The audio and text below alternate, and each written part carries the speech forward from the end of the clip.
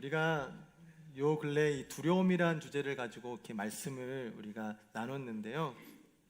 이 두려움이란 것은 감정인데요. 이 두려움은 우리의 마음뿐 아니라 우리 육신, 삶에도 영향을 끼치게 되죠. 그래서 두려움이 한번 마음에 들어오면 우리가 어떠한 행동을 취하는데 주저하게 되거나 때로는 그 두려움이 너무 크면 무엇인가 시도조차 할 수 없는 그러한 힘을 가진 것이 바로 두려움이라는 감정입니다. 두려움이라는 것을 생각해 봤더니요, 제 익숙한데 가끔 이렇게 흔들리기도 하네요. 네. 네. 두려움이라는 것은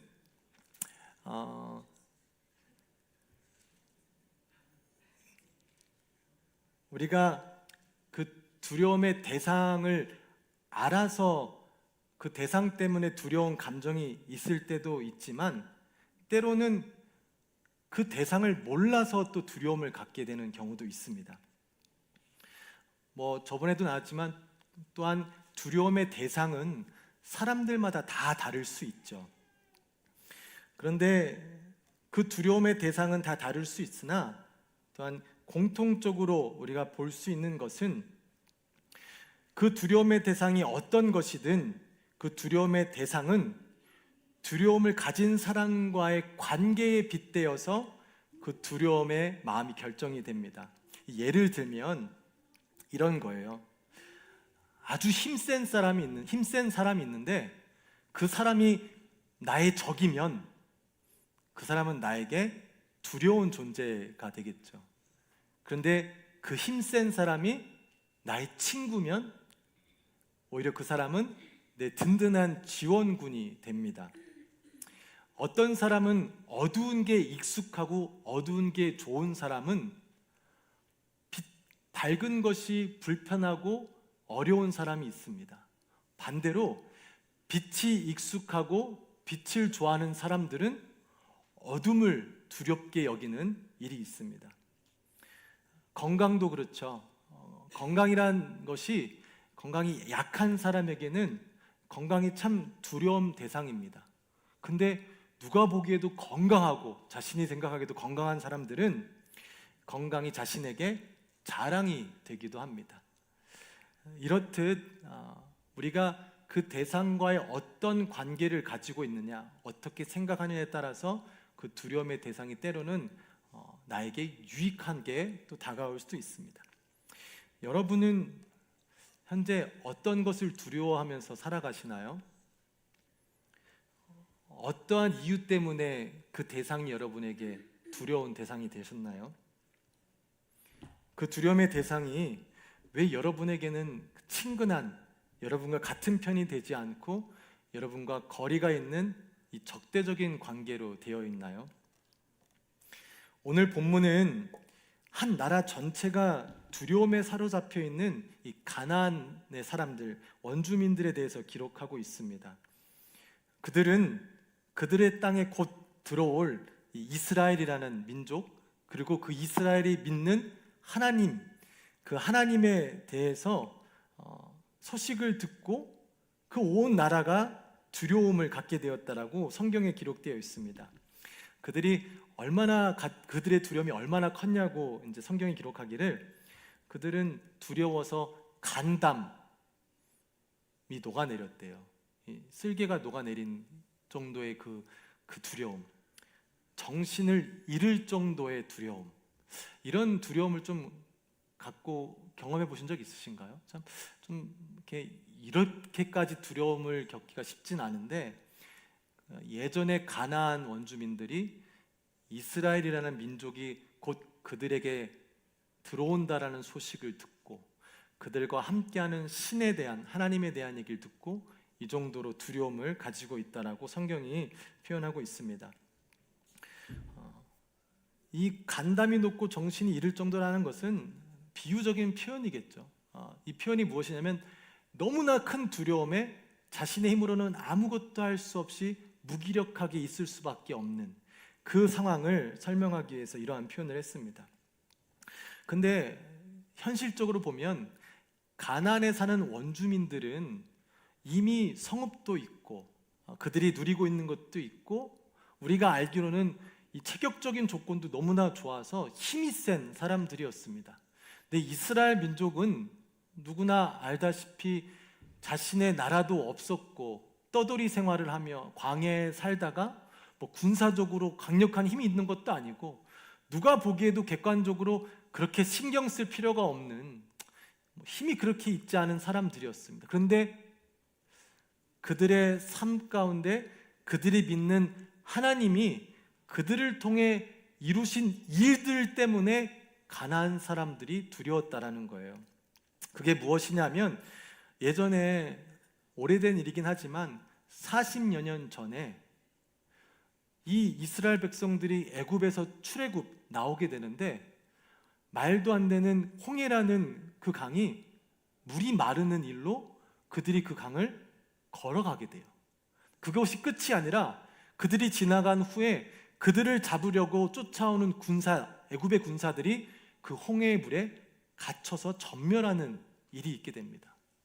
참 이해할 수 없고 믿기 힘든 오래전에 일어난 일이었습니다. 말 그대로 참 믿기 힘든 일이었지만 실제로 일어난 사건이었습니다.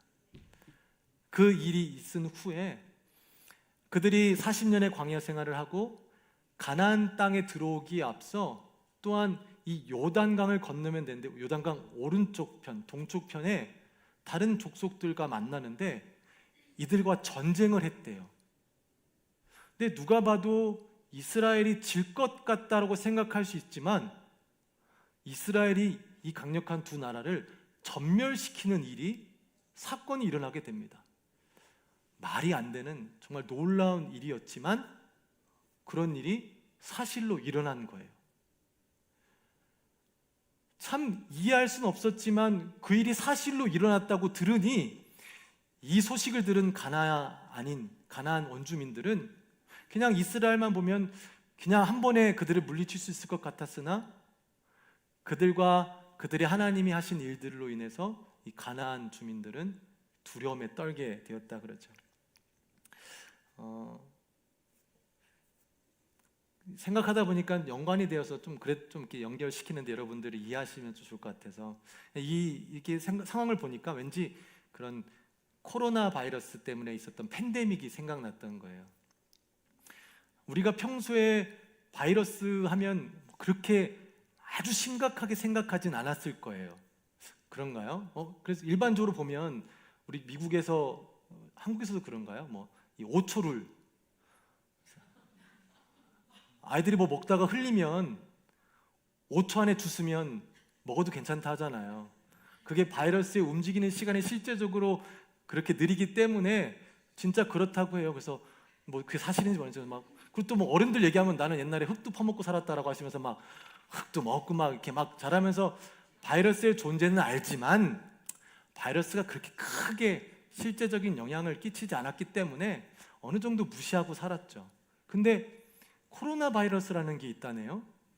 근데 이게 뭔지 모르게 얼마나 심각한지 사람들에게 통금 시간까지 정해주고 이 바이러스로 걸린 사람이 거의 죽을 것 같은 고통을 겪고 또 실제로 수많은 사람들이 그 바이러스, 눈에 보이지 않는 바이러스에 걸려서 목숨을 잃는 일들, 이 사건 예전에는 그렇게 반응하지는 못했었는데 그 일들이 실제로 일어나는 걸 듣고 보니까 온 세계가 그 코로나 바이러스 때문에 정지되는 일이 있지 않았습니까?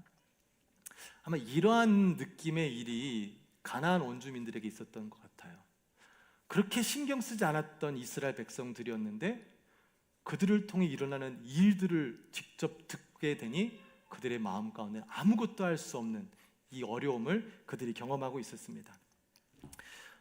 이렇듯 이스라엘로 인해 일어난 실제적인 사건으로 인해 모든 가나안 원주민들이 두려운 마음으로 마치 마비된 상황 가운데 있을 때 오늘 본문에 나오는 한 여인 라합만이 가나안 족속들이 두려워하는 대상을 두려워하지 않고 오히려 그 대상을 믿음의 대상으로 바꾸어 모든 가나안 민족들이 멸망을 당하는 그 상황 가운데 자신과 자신의 가족이 구원을 받게 되는 이 사건을 기록한 것이 오늘 본문의 말씀입니다. 이 라합에 대해서 설명을 하기에요, 여인이었죠. 두 번째로는 기생이었다라고 합니다. 이 두 가지만으로도 그 여인이 어떤 삶을 살았을 것 같고 사람들로부터 어떤 대우를 받았을 것 같을지 짐작할 수 있죠. 정말 가장 볼품없고 가장 힘없는 존재로서 그 여인은 그 땅에서 삶을 살아가고 있었습니다. 그런데 그럼에도 불구하고 그 여인이 모든 사람들이 두려워하는 그 대상을 두려워하지 않고 믿음으로 고백할 수 있었던 것, 그것은 그 대상을 단순히 어떤 소식으로 받아들이지 않고 자신과 직접적으로 연관된 소식으로 받아들였습니다. 2장 9절 말씀에 보면요, 이렇게 이제 기록하고 있습니다. 그 라합 여인의 고백입니다. 앞에 부분에 말하되 여호와께서 이 땅을 너희에게 주신 줄을 내가 아노라. 가나안 족속들은 그 이스라엘 하나님이 자신들의 나라를 쳐들어와서 모든 것을 없앨 두려움의 대상으로만 생각했는데, 이 여인은 그게 사실이고, 그래서 그 너희 하나님이 이제 그 여인의 나의 여호와가 된 거예요. 너희 하나님이 아니라 이제는 그 여인의 하나님으로 그 여인은 그 하나님을 받아들이게 된 것입니다. 11절 말씀에 보면 이렇게 기록하고 있죠. 우리가 듣자 곧 마음이 녹았고 너희로 말미암아 사람이 정신을 잃었나니 너희 하나님 여호와는 위로는 하늘에서도 아래로는 땅에서도 하나님이시라. 단순히 그냥 어떤 종교적인 미신 어디 있는 하나님이 아니라 그 하나님 실제적이어서 이 땅에서도 전능하심을 발휘하시는 하나님이시다라고 여인이 믿음의 고백을 담대하게 선포하고 있습니다.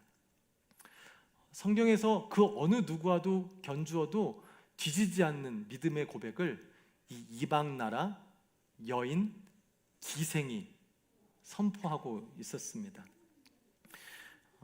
이 믿음의 고백을 누구한테 했느냐? 하나님의 민족 이스라엘, 특별히 그들 중에서 선택받은 두 정탐꾼에게 이 믿음의 선포를 하고 있는 거예요. 예전에 보면 이스라엘 백성들은 한 40년 전에 이미 가나안 땅을 정복할 수 있는 기회가 있었습니다. 하나님께서 그들에게 약속하시고 한번 땅 좀 봐봐라. 내가 저 땅 너에게 줄게. 정말이요? 하고 받았으면 되는데 그 땅을 보니까 너무 좋은데 그 땅에 사는 사람들을 보니 너무 힘도 세 보이고 자신들의 힘으로는 그 땅을 정복할 수 없을 것 같은 거예요. 근데 그 정보를 12명의 정탐꾼들 중에 10명의 정탐꾼으로부터 그런 부정적인 보고를 받게 됩니다. 이 보고를 들은 이스라엘 백성들은 하나님의 약속보다는 이 정탐꾼들의 그 보고에 더 자신들의 마음을 갖게 되어서 두려운 마음에 하나님을 불신하게 되죠. 그래서 하나님이 그들을 가나안 땅이 아닌 광야로 보내셔서 40년의 시간을 보내게 됩니다. 이 12명의 정탐꾼 중에 2명, 하나님의 말씀대로 약속대로 긍정적인 믿음을 가지고 갔던 사람이 바로 오늘 이스라엘의 지도자 여호수아였죠.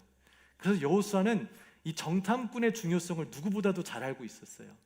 가장 뛰어나고 믿음이 있는 2명만 뽑아서 이 지금 가나안 땅의 정탐꾼으로 보내게 됩니다. 그런데 아까 얘기했듯이 가나안 이 원주민들 속속들은 이미 이스라엘에 대해서 듣고 경계심이 가득했던 터라 모르던 사람들이 들어오니까 사람들이 한 번에 알아본 거예요. 그래서 그 소식을 왕에게 전하고 왕은 바로 그들의 군사를 보내서 그 2명의 정탐꾼을 잡아라 시킵니다. 근데 참 하나님의 역사하심이 우연이 아닌 하나님의 역사하심대로 이 이방 여인이었던 이 기생의 여인 집에 이 2 정탐꾼이 유하게 됩니다. 거기에 거하는데 그것을 알고 그 가나안 족속의 군사들이 그들을 잡으러 라합의 집 앞에 오게 됩니다. 라합은 그 두려운 상황 가운데 자신이 거짓말하면 당장이라도 죽일 수 있는 힘을 가진 사람들 앞에 거짓말을 하게 되고 그 둘을 살려주게 되죠. 그리고 지붕 위에 숨어 있는 그 두 명의 이스라엘 그 정탐꾼에게 이 라합이라는 여인이 가서 이야기를 하는 거예요. 나는 너희 하나님이 너에게 이 땅을 준 걸 믿는다. 난 믿어 진짜로. 다른 사람들은 다 그 얘기 듣고 마음이 녹아내렸는데 나는 아니야. 난 그 하나님을 믿고 그 하나님의 도우심, 그 하나님의 은혜를 나는 믿어.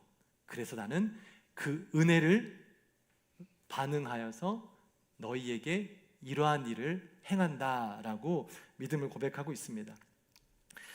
왜 이 라합과 가나안 족속들은 똑같은 이야기를 들었는데 왜 다른 반응을 갖고 왔을까요? 성경에서 찾을 수 있는 것은 그들이 다른 이유를 아는 것과 들은 것으로 표현하고 있습니다. 먼저 이스라엘과 이스라엘 하나님에 대해서 들은 가나안 족속들은 두려워서 마음이 녹아내렸다고 합니다. 그런데 이스라엘과 이스라엘 하나님에 대해서 안 라합은 오히려 그 하나님을 믿었다고 하는 것이죠. 들었다라는 것은 어떤 지엽적인 것이죠. 그냥 누구에 대해서 안다. 나 들어봤다. 나 그 사람 알아. 그 사람 언제 태어났고 그렇다더라 하더라 라고 그 사람에 대해서 알고 있는 것이 들었다라는 표현인 것이고, 직접적인 관계를 맺고 그 사람을 통해 내가 영향을 받고 나 또한 그 사람에게 영향을 끼치는 관계로 아는 것이 바로 이 안다라고 표현된 것입니다. 그러니 가나안 민족들, 원주민들은 하나님에 대해서 들었지만 그냥 그렇다더라 듣기까지만 하고 자신들의 삶에는 연관시키지 않았습니다. 그런데 이 라합이란 여인은 그 이야기를 듣고 그것이 실제임을 받아들이며 그 실제 되시는 하나님을 자신의 삶에 적용시키는 일까지 나아갔습니다. 이 차이가 뭐냐면, 우리가 아까도 이 코로나를 사용했기 때문에 비슷한 게 뭐냐면, 우리가 코로나 처음 막 터지고 막 사람들 팬데믹이 어려웠을 때 두 부류의 사람들로 갈라졌었죠. 어떤 사람들은 자존심 때문인 것인지, 어떤 정치적인 이유 때문인 것인지, 뭐 그까짓 거 코로나 뭐가 어떻게 된다고 마스크도 안 쓰고 손도 안 씻고 막 담대하게 살아가는 사람들이 있었죠. 코로나에 대한 소식은 들었으나 나하고는 상관없는 일이야 나는 사람들이 있었고, 어떤 사람들은 그 이야기를 듣고 그때부터 마스크를 쓰고 어디 가면 막 손을 닦고 이 안전거리를 유지하는 그 소식을 듣고 실제적으로 자신의 삶에 적용하는 일들로 그들의 삶이 바뀌었습니다. 이렇게 된 거죠. 하나님이란 존재가 분명히 있는 걸 깨닫고 그분이 온 만물을 창조하시고 주관하시는 분이셔서 그를 믿는 이스라엘 백성들, 비록 그들은 연약하고 힘이 없지만 그들이 믿는 하나님 때문에 그들은 이런 놀라운 일들을 경험하고 있어 라는 소식을 들은 그 라합은 그 이야기를 듣고 그 하나님을 자신의 하나님으로 여기게 됩니다. 그러나 가나안 원주민들은 그렇지 않았죠. 자신들이 가지고 있었던, 자신들이 먼저 믿고 있었던 다른 이유로 인해서 자신들은 자신들의 있는 것들 포기하지 않고 그냥 하나님에 대한 소식으로, 두려움으로 받아들이게 됩니다. 가나안 족속들에게는 물론 이 라합 여인에게 똑같겠죠. 이스라엘을 통해서 이루어진 일, 그들이 믿는 하나님에 대한 사건은 이게 진리냐 거짓이냐의 문제가 아니었습니다. 왜냐하면 그냥 사건이었으니까요. 이건 그냥 진실이었어요. 근데 진실임에도 불구하고 어떤 이들은 그것을 받아들이고 어떤 이들은 그것을 받아들이지 않는 결과가 있었습니다. 성경을 보면, 성경도 우리가 종교적인 책, 막 좀 특별하게 볼 수 있지만 성경이 세상에서 굉장히 크레딧을 받는 이유 중에 하나가 히스토리 때문이죠. 역사책이기 때문에 그렇죠. 일어난 사건들, 비록 이해하기 어렵고 받아들일 수 없는 일들이 있을 수는 있지만 이 이야기들이 인간의 역사 가운데 일어난 일들로 기록된 말씀들이기 때문에 많은 역사학자들도 성경을 역사책으로 받아들이고 있죠. 성경은 진리냐 거짓이냐의 문제보단 이 사실을 받느냐 받지 않느냐의 문제로 보게 되는 것이죠. 성경에 보면 태초에 말씀이 창조주 하나님과 함께 계시는데 그 말씀이 이 땅에 육신이 돼서 오셨다고 하며, 어찌 보면 인간의 역사와는 거리가 있는 하나님의 존재가 그 예수님의 존재로 인해서 그 예수님이 하나님의 아들이 인간의 역사 가운데 들어오시는 일이 있게 됩니다. 그래서 그냥 뜬구름 잡는 하나님이 계시더라, 그분이 무엇인가 했다는 것이 아니라 실제적으로 그 하나님이 그 아들을 통해 우리 역사 가운데 들어오신 사건이 예수 그리스도의 탄생 사건으로 성경에서는 그 일을 미리 언급하고 그 언급된 약속이 예수님을 통해 성취되는, 약속과 성취가 인간의 역사 가운데 적혀 있는 말씀이 성경입니다. 예수님에 대한 소식은 이미 구약에 대해서 예언되었기 때문에 그때 당시의 사람들은 그 예수님이 메시아라는 것을 알 수 있었죠. 더군다나 예수님이 이 땅에 오셔서 가르치는 일을 하셨다고 하는데요, 그의 가르침은 일반 사람들과는 비교할 수 없을 정도로 엄청난 가르침이었대요. 제가 늘 신기한 마음으로 나누지만 우리 교회가 내년에 부흥성회를 하는데 초대 강사가 예수님인 거예요. 말이 안 되잖아요. 그런 예수님이 실제적으로 이 땅 가운데 오셔서 사람들한테 가르치신 거예요. 하나님 말씀은 이런 거야, 천국은 이런 거야. 그런데 이것뿐 아니라 실제적으로 하나님의 아들로서 이 남들이 갖지 못한 능력이 있으셔서 기적을 행하신 거예요. 병든 자도 낫고, 이 놀라운 일들을 사람들이 직접 본 거예요. 근데 결과는 어떻죠? 그걸 본 모든 사람들이 예수님을 믿었나요? 안 믿는 것도 신기한데 안 믿었어요. 그걸 듣고도 보고도 그들은 그 사실을 받아들이지 않았습니다. 요한복음 12장 37절에서 40절 말씀에 보면 이렇게 기록되어 있습니다. 이렇게 많은 표적을 그들 앞에서 행하셨으나 그를 믿지 아니하는 이는 선지자 이사야의 말씀을 이루려 하심이라. 이르되 주여 우리에게서 들은 바를 누가 믿었으며 주의 팔이 누구에게 나타났나이까 하였더라. 그들이 능히 믿지 못한 것은 이 때문이니 곧 이사야가 다시 일렀으되 그들이 눈을 멀게 하시고 그들의 마음을 완고하게 하셨으니 이는 그들로 하여금 눈으로 보고 마음으로 깨닫고 돌이켜 내게 고침을 받지 못하게 하려 함이라 하였음이더라.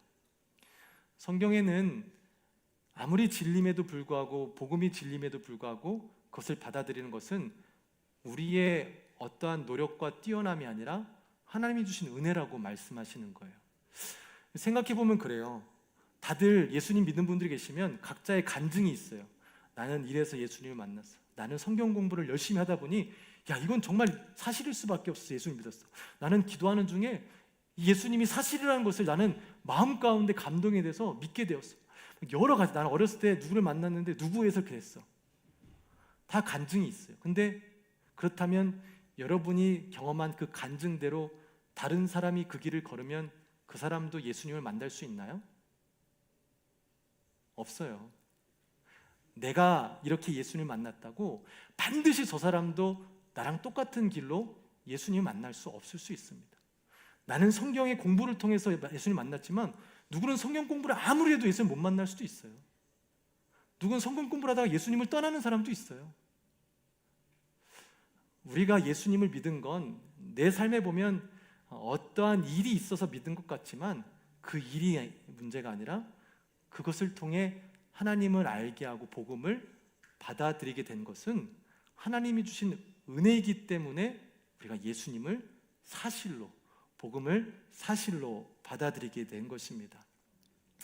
그래서 예수 믿는 사람은 내 노력으로 예수님을 믿은 것이 아닌, 내 어떤 능력으로 예수님을 믿은 것이 아니고 하나님이 주신 온전한 은혜이기 때문에 그 은혜로 복음을 받아들이는 삶은 그 은혜에 반응하는 삶을 살아가는 것이 올바른 모습이라고 성경에서는 계속 표현하고 있어요.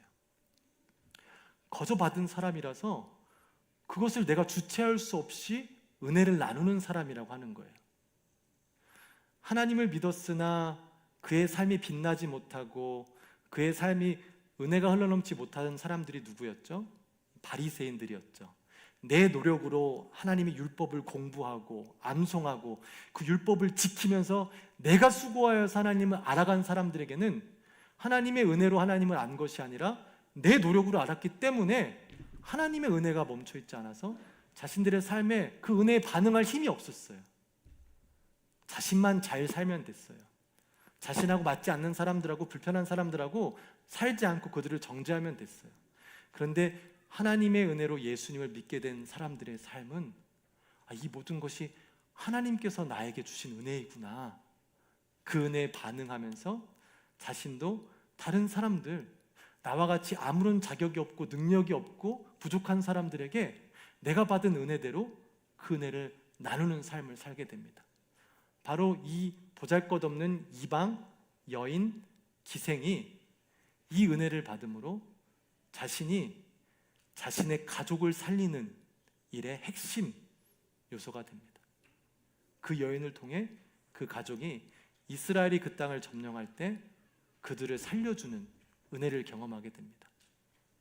또 하나 너무 신기한 거는 정말 보잘것없는 여인이었는데 2명의 정탐꾼, 얼마나 대단한 사람을 뽑았겠어요. 근데 그 사람이 막상 그 둘이 왔는데 오자마자 걸린 거예요. 이 정탐꾼은 어떻게든 스파이잖아요. 안 보여야 되는데 가자마자 걸렸으니 얼마나 당황스러웠겠어요. 걸려서 숨어서 막 어떻게 조마조마하고 있는 그 사람들에게 이 여인이 가서 나는 너희 하나님이 너희들에게 이 땅을 줄 걸 믿는다 라고 하며 그들을 오히려 격려하며 확신을 주는 일을 그 여인이 보잘것 없었지만 하나님의 은혜를 받은 자가 누군가에게 용기를 주고 힘을 주는 일을 감당하게 됩니다. 그 여인이 남들보다 잘나서 그 일을 했었을까요? 누굴보다 평안한 삶, 안락한 삶, 더 많이 가졌기 때문에 누군가에게 용기를 주었을까요? 아니요.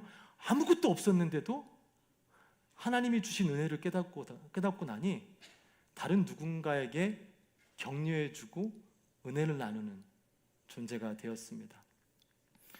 하나님의 은혜는 실제이고 그 은혜에 반응하는 자의 삶은 실제적으로 은혜가 드러나는 것임을 보게 됩니다. 저와 여러분이 신앙생활 하면서 이런 은혜를 좀 사모했으면 좋겠습니다. 단순히 나 하나 겨우 살아가는 것, 단순히 내가 원하는 것 그냥 한 가지 이루어주시고 들어주시는 그 하나님이 아니라 때로는 내 삶 가운데 아무것도 없는 것 같음에도 불구하고 그 하나님의 은혜가 실제적이어서 내가 내 상황 가운데 주저하지 않고 나의 삶의 풍요함으로 내 주위 사람들에게 내가 힘을 줄 수 있고 그들을 격려할 수 있고 나만 사는 것이 아니라 내 주위의 사람들도 살릴 수 있는 그 놀라운 하나님의 은혜가 우리가 사모하는 은혜가 되기를 원합니다. 현실적으로 보면 이 힘없는 여인 앞에 무장하고 그 2명의 정탐꾼을 잡으러 온 군사들이 왜 두려움의 대상이 아니었겠습니까? 얼마나 무서웠겠어요.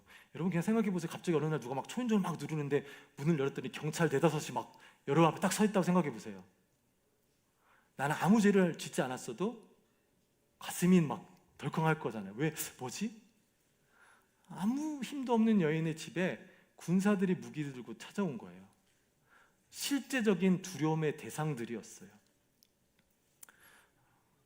그런데 그 여인은 하나님이 주신 지혜였는지 그 군인들이 두려움의 대상일 수 있었으나 그 여인은 그 자신에게 두려움을 주는 대상조차도 두렵게 만드는 하나님에 대한 인식이 더 컸던 거죠. 그래서 이 두려움보다는 그 하나님을 믿고 하나님을 의지하기로 한 채 그들을 두려움에도 불구하고 그들에게 거짓말을 통해서 이들을 살리는 일을 하게 됩니다. 우리가 잘못 이해하면 이 라합을 우상시해서 선을 위해서라면 얼마든지 거짓말을 해도 된다 라는 것이 성경에도 있다라고 오해할 수 있으나 그런 것이 아니라, 그런 하찮은 여인임에도 불구하고, 옳지 않은 일을 했음에도 불구하고 하나님의 은혜는 하나님께서 허락하신 것이기 때문에 누릴 수 있는다라는 것이지, 우리가 늘 좋은 일을 위해서라면 물불 가리지 않고 된다라는 이 가르침을 주는 것은 아닙니다. 어찌됐든 이 여인은 그 두려움의 대상을 극복하고 하나님을 믿는 일을 선택한 것이죠.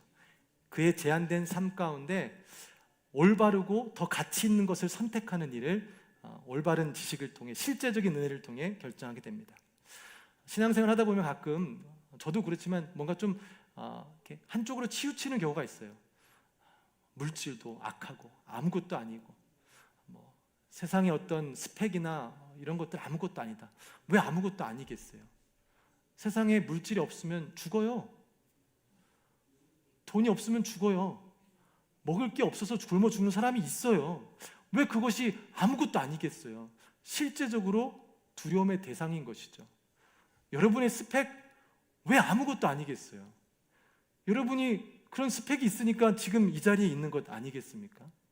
제가 예전에 한번 얘기한 건데, 교수님이 그러신 거예요. 이제 교수님, 이제 학생이 제가 여기서 공부를 더 해야 되는지 안 해야 되는지 참 고민이 됩니다 라고 했더니 교수님이 그러는 거예요.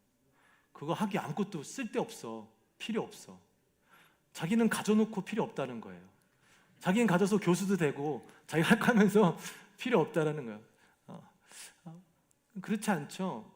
우리가 갖고 있는 것, 이것들은 우리의 삶을 지금까지 지탱해 줄 수 있는 아주 중요한 거예요. 실제적인 두려움의 대상이 될 수 있어요. 이게 없으면 우리의 삶이 분명히 흔들릴 수 있어요. 그런데 정말 중요한 것은, 진리는 이것들이 영원하지 않다라는 것이잖아요. 아니, 때로는 내가 가지고 있어도 두렵지 않습니까? 여러분, 돈이 있다고 안 불안하세요? 이거 금방 없어질까 봐 두렵지 않으세요? 돈이 없으면 불안해서 돈을 계속 모아야 되지 않아요? 돈이 없으면 불안해서 계속 진짜 하기 싫은데 일 나가야 되잖아요. 일 나가서 돈을 벌어야 되는 거잖아요. 근데 얼마나 모아야 두려움이 없어지나요? 그 기대치가 우리는 다 똑같게 있나요? 다 사람마다 다르겠죠. 근데 실제로 우리가 생각하는 목적지에 도달한 사람들은 두려움이 없을까요? 불안함이 없을까요? 지금 건강해요. 그럼 건강하다고 우리는 불안하지 않습니까? 난 지금 건강하고 열심히 운동하고 먹는 것도 잘 챙겨 먹으니까 난 걱정 없어. 그럴 사람이 도대체 어디 있겠습니까? 언제 어떻게 될지 모르는 건강 때문에 늘 건강하면서도 불안하잖아요. 가지고 있으면서도 불안한, 왜? 우린 진리를 알고 있기 때문에 그래요. 언젠가는 없어질 거니까. 이게 영원하지 않은 것을 알기 때문에 늘 불안한 마음으로 살아갑니다. 그런데 우리는 그 없어질 것을 가지고 마치 영원할 것이라고 착각하며 내 삶 가운데 내려야 되는 중요한 판단을 잘못 결정하는 일들이 있게 됩니다. 이것만 있으면 다 될 거야. 근데 솔직히 알아보면 다 알고 있거든요. 영원하지 않다라는 것을. 근데 우리는 그것을 영원한 것으로 착각하며 그것을 결정하며 오히려 더 진리되는 영원함을 버리는 일들 또한 우리가 선택할 때도 있게 됩니다. 우리 삶 가운데 들어오는 두려움의 대상들은 다 실제입니다. 거짓이 아닙니다. 그러나 그것의 끝 또한 실제입니다. 이 땅에 영원한 것은 아무것도 없습니다. 분명히 끝이 있는 존재들입니다.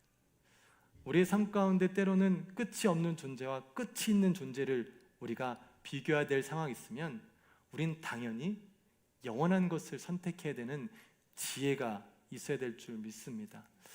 그런 지혜가 저와 여러분 삶 가운데 있어서 이 선택의 기로에 있을 때 그냥 이거를 포기하는 선택이 아니라 이것보다 더 좋은 것을 선택할 수 있는 믿음과 용기를 우리가 사모하고 또 그 믿음으로 우리 삶의 선택이 이루어지게 되기를 바랍니다. 이 여인 정말 보잘것없는 여인이었잖아요. 근데 신약 성경에 보면 신약 성경의 가장 첫 번째 책의 첫 번째 장에 여러분이 읽기 싫은 내용이 있어요. 족보 쭉 이름만 계속 나와 있어요. 유대인들에게 있어서는 예수님이 메시아라는 분명한 명분이 필요했어요. 근데 그 명분의 가장 중요한 것은 그 예수님이 다윗의 자손이어야 된다는 그 증거가 가장 중요했어요. 그래서 마태복음 신약을 시작하는 그 첫 번째 이 장에는 예수님의 족보에 대해서 쭉 기록되어 있습니다. 마태복음 1장 5절 말씀인데요. 우리 함께 읽었으면 좋겠습니다. 살몬은 라합에게서 보아스를 낳고 보아스는 루sek에서 오벳을 낳고 오벳은 이새를 낳고. 예수님의 족보를 쭉 나열하는데 여기에 누가 나오죠? 이색 여인, 기생 라합이 이 예수님의 족보에 끼어 들어가게 됩니다. 잘난 것도 없고 아무런 능력이 없는데 하나님의 주신 은혜에 반응했다라는 이유로 하나님은 그를 예수님의 족보 가운데 그 하나님께서 그 거룩하신 하나님께서 이 땅 가운데 하시는 일에 이 쓸모없었던 여인을 동참시켜 주시는 일을 하시게 됩니다. 우리의 삶에도 이런 일들이 얼마든지 일어날 수 있고 하나님은 이 일을 지금도 해 나아가고 계십니다. 우리의 능력으로 우리의 배경으로 어떠한 곳으로 우리를 하나님의 일에 동참시키시는 것이 아니라 아무것도 아닌 존재이지만 하나님을 믿는 하나님의 은혜에 반응하는 사람들을 데려다가 하나님께서는 그 하나님의 일을 같이 동참할 수 있도록 경험할 수 있도록 해주십니다. 하나님께서 이 땅 가운데 이루어 가시는 가장 큰 프로젝트, 그 프로젝트에 하나님이 주시는 은혜에 반응하면서 여러분도 그 프로젝트에 동참하는 은혜가 있게 되기를 소망합니다. 말씀을 마치면서 어떤 이 적용이 좀 저한테 있었는데, 코로나를 중간에 썼으니까 이 코로나의 깨달음을 또한 마지막으로 나누면서, 이 코로나가 좀 실제적으로 좀 되게 무서웠잖아요. 아이다운은 좀 그렇지 않았다고는 하지만 제가 그때 뉴욕 뉴저지에 있을 때는 정말 심각했거든요. 그래서 막 말도 안 되는 유홀 트럭을 시에서 빌려다가 알 수 없는 시체들을 갖다 실어서 그냥 소각장에다 버리는, 누가 누군지도 모르는 이런 일들이, 끔찍한 일들이 있었습니다. 이런 끔찍한 일들을 경험하면서도 불구하고 사람들이 마음 가운데 좀 안심을 가지게 되는 경우가 있었는데, 물론 백신을 맞은 분들이 그럴 수도 있지만 또 다른 부류의 사람들이 안심을 가졌는데 그게 누군지 아세요? 피하다가 어떻게 somehow 코로나에 걸렸다가 나은 분들. 너무 자기는 이제 걸렸다라는 거예요. 이제 난 이제 걸렸으니까, 나았으니까 항체가 생겨서 괜찮다라는 거예요. 내 몸 바깥에 있을 때는 정말 두려움의 대상이었는데 그 바이러스가 내 안에 들어와서 항체가 생기니까 이제는 그게 그렇게 두렵지 않다라는 거예요. 예수님이 내 안에 사시는 이 진리를 우리가 깨닫고 살아간다면, 나 혼자 살아가는 삶이 아니라, 두려움의 대상 가운데 나 혼자 마주하는 것이 아니라 내 안에 계신 예수님과 함께 그 일들을 경험하는 삶은 분명히 다를 것입니다. 그러한 은혜가 저와 여러분의 삶 가운데서도 실제적으로 일어나서 우리뿐 아니라 우리 주위에 있는 사람들이 내 안에 계신 예수님으로 하나님의 은혜를 깨닫게 되는 것, 그런 은혜가 또 저와 여러분의 가정과 교회와 또 일터 가운데 있게 되기를 소망합니다.